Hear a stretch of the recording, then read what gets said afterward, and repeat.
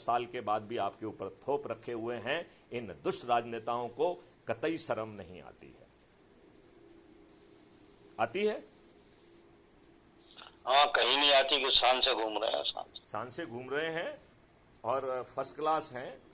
और अब तो जो नहीं, है, अब तो सर्दी स्थिति की सुविधा अब तो स्थिति सर्दी ये है अब तो स्थिति ये है कि हम द्रौपदी जी से कह रहे हैं, सुनो द्रौपदी शस्त्र उठाओ, अब गोविंद न आएंगे, छोड़ो मेहंदी खड़ग संभालो, खुद ही अपना चीर बचा लो, धुत पर बिछाए बैठे शकुन, मस्तक सब बिक जाएंगे, सुनो द्रौपदी शस्त्र उठा लो, अब गोविंद न आएंगे।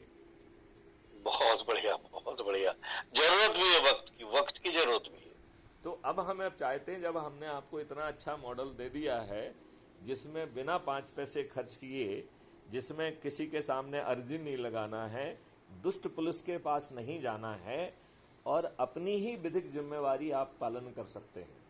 सेक्शन 39 के तहत हर भारतीय को ये जिम्मेवारी है कि उसके पास जो भी यदि संवैधानिक की सूचना मिलती है तो हम ऐसे जाके पुलिस वालों को ना दें, हम क्राइम फ्री भारत के मॉडल के माध्यम से लिखित रूप में दें। और उसकी भाषा भी हमने दी है।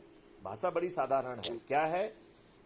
हमारे विधान सीआरपीसी के धारा 39 के तहत हम पर ये जिम्मेवारी कानून ने सौंपी है कि हमारे संज्ञान में यदि कोई संज्ञेय अपराध आता है तो उसे पुलिस को संसूचित करना मेरी विधिक जिम्मेवारी है, जिसका निर्वहन न करने पर मुझे जेल भेजा जा सकता है। राइट? उसी विधिक जिम्मेवारी को निर्वहन करते हुए मेरे संज्ञान में ये अपराध आया है जो नीचे लगा है, जो इन धाराओं का अपराध है। मैं थाना प्रभारी अब आपसे अनुरोध करता हूं कि आपकी भी इसी विधान के तहत, इसी सीआरपीसी के तहत 154 में 154(1) में विधिक जिम्मेवारी है कि अपराध का पंजीयन कर विवेचना करें। मैं आपको अपने विधिक जिम्मेवारी निर्वहन करने का अनुरोध करता हूं, अन्यथा आगे क्या करूंगा उसकी पीछे बैकएंड पे पूरी लिस्ट डली रहेगी कि आगे हम ये करने वाले हैं। इसके आगे जो है 154(3) में यही जिम्मेवारी एसपी की है और ये एसपी को बहुत ही ओरिजिनल इसमें मैंडेट दिया गया है। अभी क्या होता है कि आपकी कोई रिपोर्ट होती है और आप करते हैं और आप शिकायत भी करते हैं तो एसपी उसी थानेदार को भेज देता है कि नहीं भेज देता है? वही होता है, वही बिल्कुल सही है। और वो जो है आपको जूता लगाने के लिए पहुंच जाता है, आपको गाली भी देता है, कहता है साले ऐसी कम तैसी कर दूंगा। करता है कि नहीं कहता है? सही कह रहे हैं, बिल्कुल सही कह रहे हैं आप, 100% सही। जबकि जो है जबकि ये सेक्शन कहता है, ये सेक्शन जो है ना एसपी को अधिकार देता है कि या तो वो स्वयं संज्ञान ले सकता है और खुद विवेचना कर सकता है, राइट? या वो अपने किसी भी अधीनस्थ को, उस थाने की जरूरत नहीं है, उस थानेदार की जरूरत नहीं है, उस डिप्टी एसपी की जरूरत नहीं है, उस एडिशनल एसपी की जरूरत नहीं है, वो अपने इवन अपने किसी भी अधीनस्थ को, उसकी रैंक भी नहीं बताई गई है, मतलब वो हवलदार भी हो सकता है, वो अपने कार्यालय के यदि हवलदार को ये जिम्मेवारी देता है तो उस हवलदार को भी इस केस में, जिस केस की वो आपने शिकायत की है, विधिक जो है वो थानेदार का जो सभी अधिकार उसको प्राप्त हो जाएंगे। तो वो हवलदार उस थाने में जाके अपने हस्ताक्षर से एफआईआर काट सकेगा, उसे इस थानेदार से अनुनय विनय करने की जरूरत नहीं है। लेकिन लोगों को अपने विधिक चीजों की जानकारी ही नहीं है। अब मजबूर करिए कि यदि एसपी अपना काम नहीं करता है तो एक हम प्रशासनिक तौर पे उसे फॉलो अप कर सकते हैं, दूसरा विधिक रूप से भी फॉलो अप कर सकते हैं। जैसे 156(3) में यही जिम्मेवारी माननीय न्यायालय की है और न्यायालय जो है उसके ऊपर ये जिम्मेवारी दी गई है कि पुलिस को जो है यदि एफआईआर दर्ज नहीं करती है तो वो अपने क्षेत्र के थाने को जो है ना ये आदेश दे सकता है कि इसमें एफआईआर दर्ज करो। सामान्य केस में विवेचना के दौरान मजिस्ट्रेट को विवेचना में इंटरफियर करने का अधिकार नहीं है, लेकिन यदि इस पर्टिकुलर केस में जिसमें मजिस्ट्रेट के आदेश से अपराध पंजीबद्ध हुआ है वहां उसको सुपरविजन का अधिकार भी मिल जाता है। तो कोर्ट को तो कोर्ट जो है ना कितना पावरफुल हो गया। अब हमें कोर्ट को अनुरोध करना चाहिए भाई साहब आप संज्ञान के आदेश दीजिए और फॉलोअप भी करिए कि पूरा काम पुलिस ठीक ढंग से करे, राइट? अब मान लो यदि वो मजिस्ट्रेट भी अपना काम ठीक ढंग से नहीं करता है, तो 482 सीआरपीसी के तहत यही जिम्मेवारी हाई कोर्ट को दी गई है।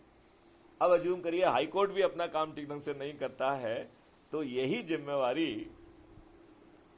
जिम्मेवारी जो है किसको दी गई है? सुप्रीम कोर्ट को। सुप्रीम कोर्ट ने ललिता कुमारी वर्सेस स्टेट ऑफ यूपी में 6 जजमेंट दिए हैं, जिसका निचोड़ ये है कि जो 154 में सेटिस्फेक्शन वाला वर्ड है, it is not a pleasure doctrine. तो यदि मजनून से संज्ञेय अपराध बनता है तो पुलिस को पंजीबद्ध करना चाहिए, राइट। और यदि वो ऐसा नहीं करती है तो उसको PIL भी लगा सकते हैं, और हम उसमें कॉन्टेम्प्ट पिटीशन भी लगा सकते हैं कि इन आदेशों का पालन नहीं हो रहा है। अब ये बताइए,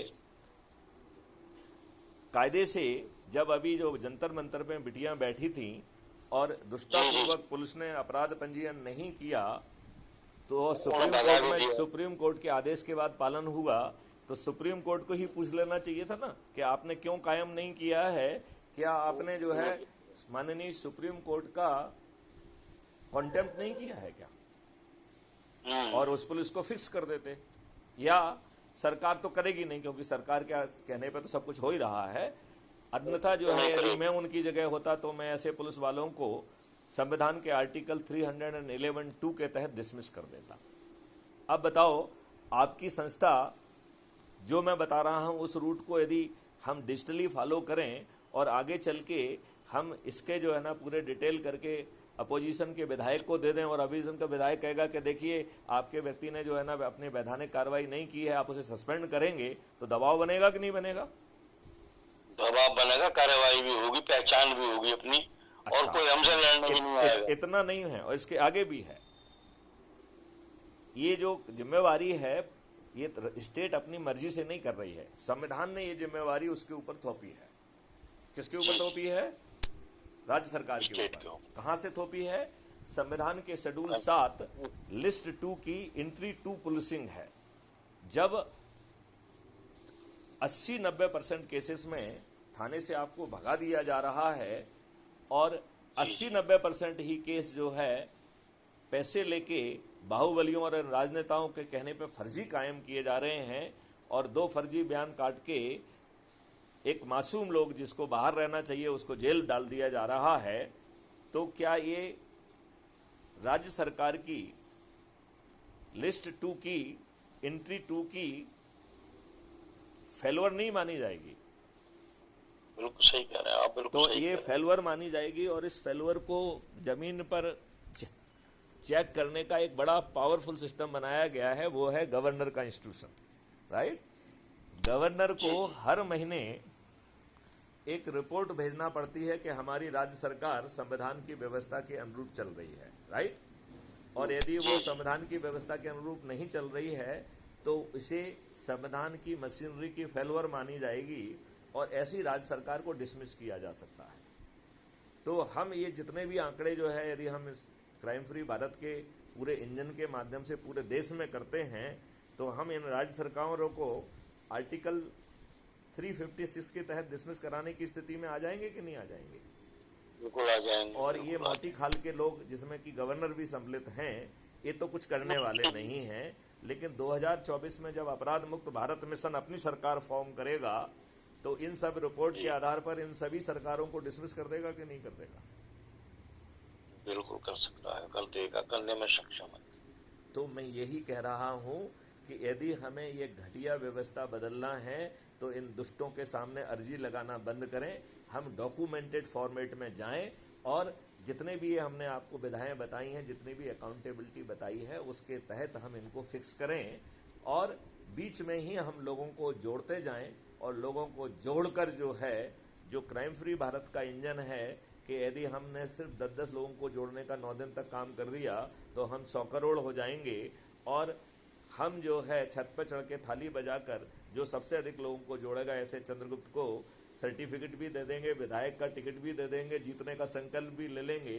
तो बताओ, ये सभी राजनेता मतदान के पहले अपनी हार स्वीकार करने के लिए बेबस हो जाएंगे कि नहीं हो जाएंगे?